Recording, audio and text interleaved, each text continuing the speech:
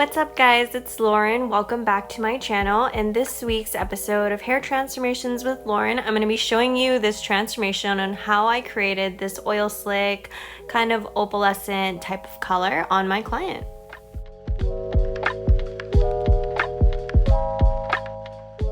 So this is my client's before. She attempted her own front streak money piece there at home, and then she has some like old balayage there. She said that she applied Arctic Fox and some overtone on her ends.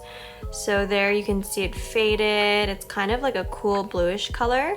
But fair warning, I always tell my clients that some of these direct dyes, I would be kind of careful with them because I've heard some horror stories from like my coworkers of trying to lift it out and sometimes it doesn't lift out. So I would just be careful if you or your client is looking to do some at-home color. I would definitely recommend maybe using like Pulp Riot or something that is really easy to get out. But when I lifted her, I didn't really have too much problem lifting this color out, thankfully. But yeah, this is kind of our inspo for today.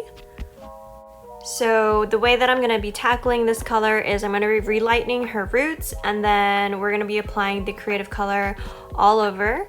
And she told me that she likes more blues and purples, so we're going to incorporate more of that than anything. And yeah, let's get started. So I started with foiling her roots, and for her I did my signature balayage technique, foliage. So I do more chunky weaves on the bottom to create more of a solid effect on the ends, and then as I work my way towards the top, the weaves get slightly smaller and more blended in with her roots.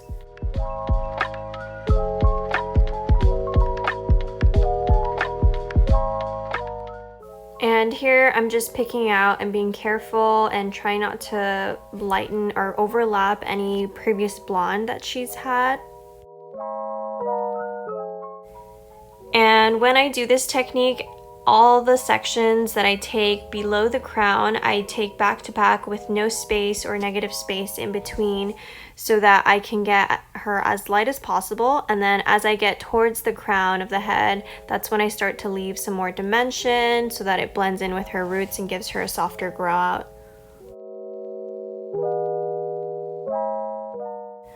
I really love doing this type of balayage technique on a lot of my guests because a lot of my guests do have dark hair and they're wanting to go pretty light for the tone that they're going for. So I feel like this technique is pretty quick, and that way when they come back in and I need to retouch their roots, it's super easy for me to visually see what pieces that I left out this appointment, and then I can pick those up and re-highlight those next time so that their ends stay solid.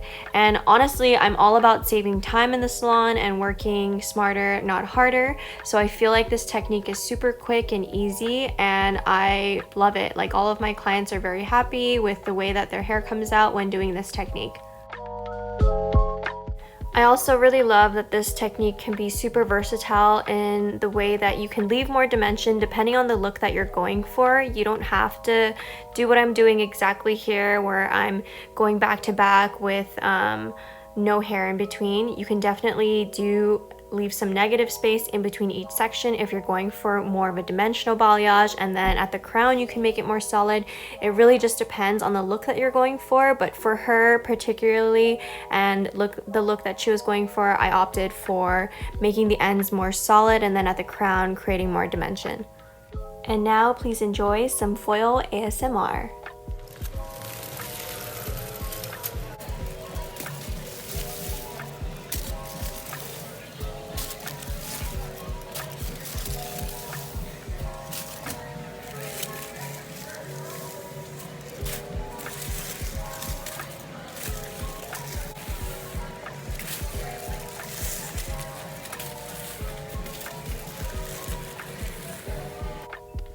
So this is honestly my favorite part, is pulling out the foils, because I get to see how light my client is able to get, and I also get to see all of the hard work that I did foiling her for about an hour and a half.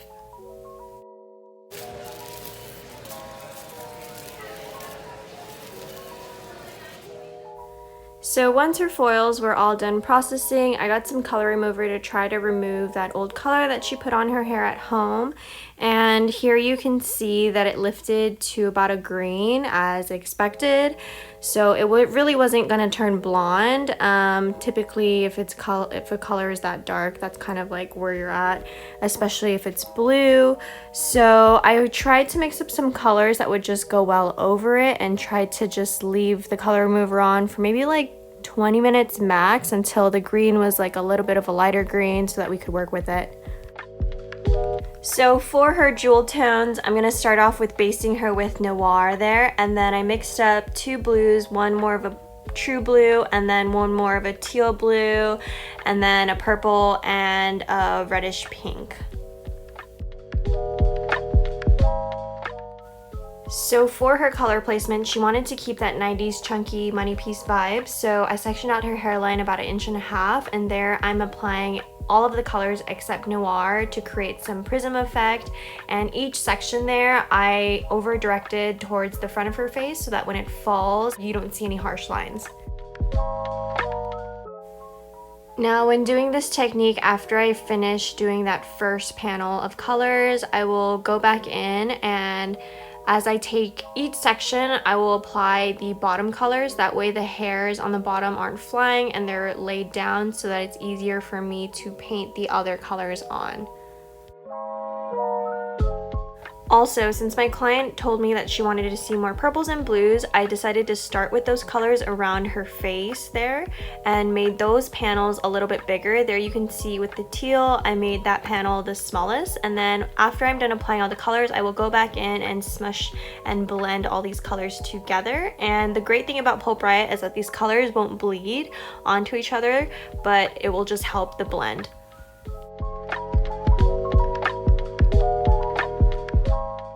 Also notice that each section that I bring down on top of the last is pretty thin.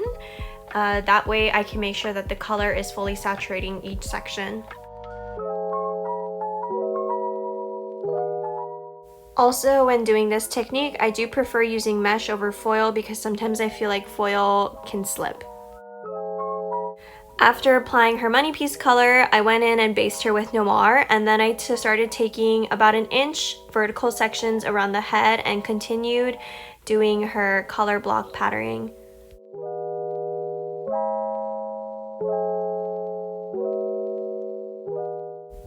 Also here you can see as I'm applying each color, I'm really not worried about laying the other color on top of the next because I know that the color won't transfer.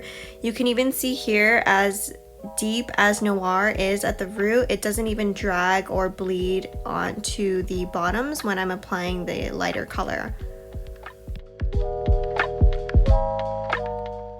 And for those of you guys who may not know, Pulp Riot semis are very conditioning. They are formulated with quinoa in it, and the quinoa in the color does help strengthen the hair. So whenever I apply these colors onto my clients, I always feel like they're getting a treatment in as well as their color. So once her color was done processing for about 20 minutes, it was time to rinse, and there I'm holding out her ends, trying to rinse out all the color because the Noir does bleed. And this was the end result of the opal and oil slick inspired hair. Thank you Pulp Riot for keeping my client's hair super healthy and shiny. Let me know down below in the comments what you guys think about this one and if you would try this out on your clients or on your own hair.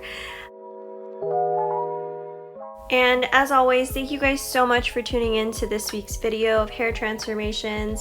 Also, if you like that ASMR, leave a comment down below if you want to see more of that. Otherwise, if you are new to my channel, don't forget to like and subscribe, and I will talk to you guys next week in my next video. Thanks again.